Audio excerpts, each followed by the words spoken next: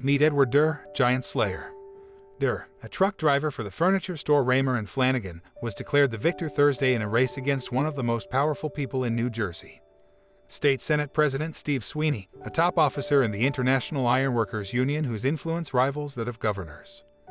In a week filled with surprises beyond the razor-thin New Jersey governor's race, the election in South Jersey's 3rd legislative district was the biggest shocker of all, and one with massive implications for the future of New Jersey politics. Sweeney, who's led the state's upper legislative chamber for 12 years, was talked up in Democratic circles as a likely 2025 candidate for governor. He had amassed significant power in Trenton, shrewdly cutting deals with former Republican Gov. Chris Christie and frequently standing in the way of Gov. Phil Murphy's agenda. Even Durr harbored doubts about his chances and wasn't ready to declare victory in a Wednesday interview, telling Politico he was walking on eggshells until the results became official. State Republicans quickly jumped on victory, despite deploying no resources in the race. I kept telling myself and telling people I was going to do it, but in the back of my mind I was like, how am I going to beat the Senate president? Said Durr, who ran unsuccessfully for state assembly in 2019 and has never held elected office. But Durr said that, as he sat in his living room with his family Tuesday night as results rolled in, it dawned on him that there was a decent chance he'd soon be a member of the state Senate, and the man who took down Sweeney. My daughter was sitting next to me. She laughed at me and said, "Dad, you've got tears running down my face," Durr said Wednesday morning. Durr, a 58-year-old father of 3 and grandfather of 6 who grew up in South Jersey, estimates he spent less than $10,000 on the race. By contrast, the New Jersey Education Association, the state's largest teachers' union, spent about $5.4 million on a 2017 effort to unseat Sweeney. Yet he still won by 18 points. This was a far different election, with Republican districts and those with large blue-collar populations turning out in droves for Republicans. It wasn't just Sweeney. Durr's assembly running mates, Beth M. McCarthy Patrick and Beth Sawyer, appeared on track to defeat incumbents John Berzicelli and Adam Taliaferro. Democrats will see their majorities shrink in both chambers of the state legislature.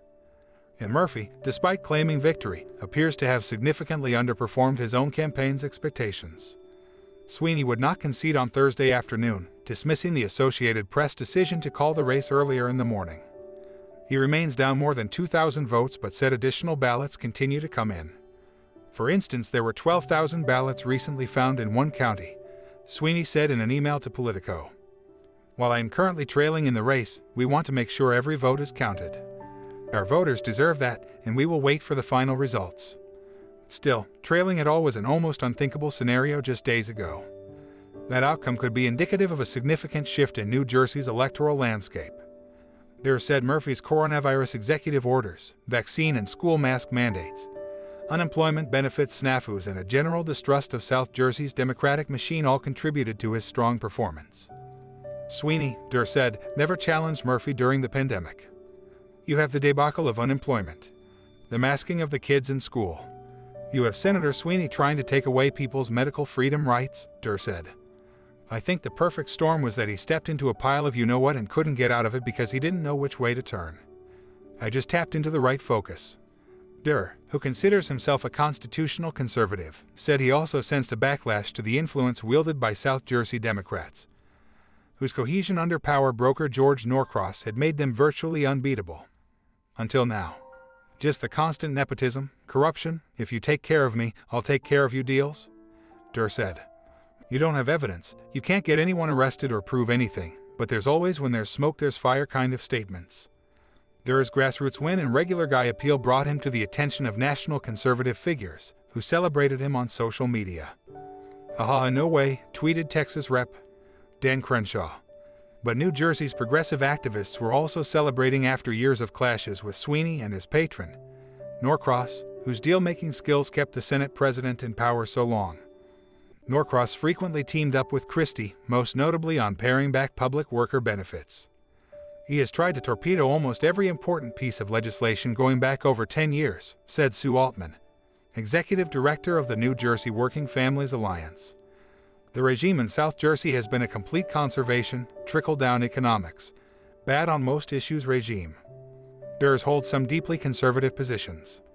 He's advocated for cutting income, corporate and other state taxes in order for businesses to grow, and for reducing property taxes. He has also said that abortion is wrong and should be stopped, pushing for legislation that would outlaw the procedure if a fetal heartbeat is detected. Durr said he is an ardent supporter of the Second Amendment, declaring in a recent YouTube interview that difficulties getting a concealed carry permit motivated him to seek office. New Jersey has some of the most aggressive gun control laws in the nation. What motivated me more than anything to get into politics was not being able to get a concealed carry gun permit, Durr said in the interview. I still don't consider myself a politician.